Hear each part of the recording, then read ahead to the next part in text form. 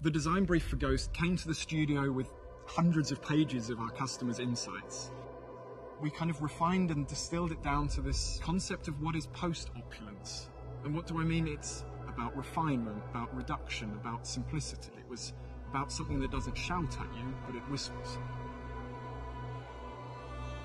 We were pursuing this minimalist aesthetic. That was our absolute objective. I'd say the front of Ghost really demonstrates our obsession with reducing any overt design. There's no additional flourishes. It's very reduced, but it keeps that charm that makes a Rolls Royce. It's in no way sterile. Our aluminium body structures, they're hand welded, which means you don't read any additional shut lines. Every car individually is finished symmetrically. That's what gives you this feeling of one canvas, one monolithic sculpture from front to rear. There's more possibilities here for bespoke personalisation than ever before. The character of Ghost comes out. It still has the natural presence you'd expect of a Rolls Royce, but it's calmly confident. Part of this presence and assertiveness comes through the proportion. We've widened Ghost, and you read this immediately because it's framed by these sharp vertical bow lines which meet this angular light graphic, so it's completely framing the face.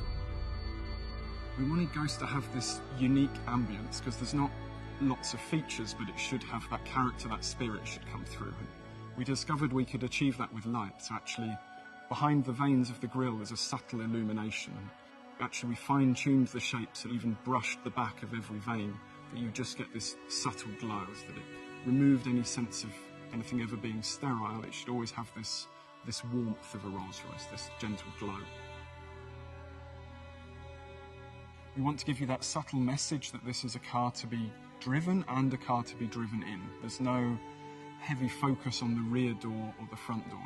If you look at them, they're almost equal. We're letting you know almost subconsciously when you walk up to the car that whether you sit in the front or the back of Ghost, you're going to have that great Rolls-Royce experience.